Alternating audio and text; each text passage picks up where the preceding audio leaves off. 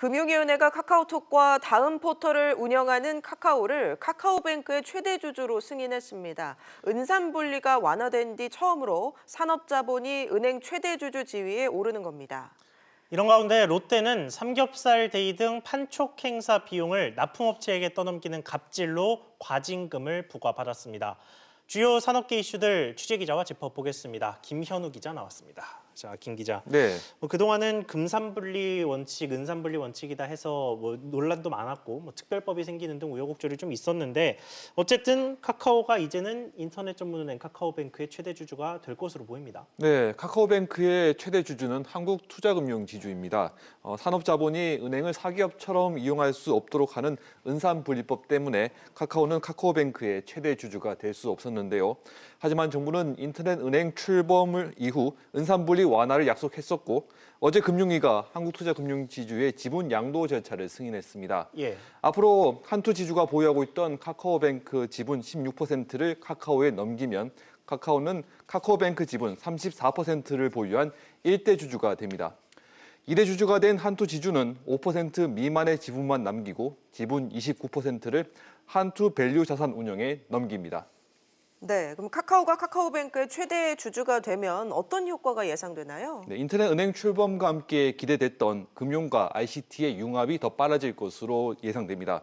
카카오는 카카오톡 외에도 카카오 택시 등 모빌리티 서비스, 인공지능 서비스, 인공지능 스피커, 빅데이터 등 4차 산업 관련 신사업을 추진 중입니다.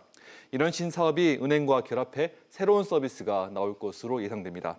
또 한국금융지주가 지분을 한투 밸류 운용에 넘기면서 카카오뱅크와 증권회사인 한투투자증권 사이의 협력도 수월해집니다. 이에 따라 해외 주식 매입이 더 편리해지는 등 새로운 증권 서비스가 출시될 것으로 관측됩니다. 카카오뱅크는 가입자 수가 1,000만 명을 넘을 만큼 시장에 자리를 잡았고 내년에 주식시장의 상장을 계획하고 있습니다. 네, 방금 김 기자가 이야기한 것처럼 카카오뱅크 상당한 인기를 끌고 있는 중인데 오히려 카카오뱅크보다 먼저 생긴 K뱅크는 지금 상황이 그렇게 좋지가 않죠. 네, K뱅크는 현재 대출이 중단될 만큼 어려운 상황입니다. 대기업인 KT 주도로 유상증자를 해야 하지만 KT가 공정거래법 위반 혐의로 고발을 당하면서 증자가 좌절됐습니다. 현재 국회 법안 소위에서 인터넷 은행 대주주 자격 승인 요건으로 공정거래법 위반은 삭제하는 특례법이 논의 중인데요. 이 법이 통과되고 K뱅크 주주들이 증자를 승인해야 K뱅크는 회생이 가능합니다. 네, 알겠습니다. 다른 이슈도 보겠습니다. 롯데마트가 납품업체에 갑질을 해서 거액의 과징금을 물게 됐다고요? 네, 어제 공정위는 롯데쇼핑이 판촉 비용 증가 등 불공정 행위를 했다며 시정명령과 과징금 411억 8,500만 원을 부과했습니다. 유통업법 위반으로 부과된 과징금으로는 역대 최대 규모입니다. 롯데는 2012년 7월부터 2015년 9월까지 3년 동안 삼겹살 데이 등 92건의 판매 촉진 행사를 하면서 가격 할인 비용을 납품업체에게 부담시켰습니다. 신규 점포 개점 행사 때도 같은 행위를 했다는 혐의가 있습니다.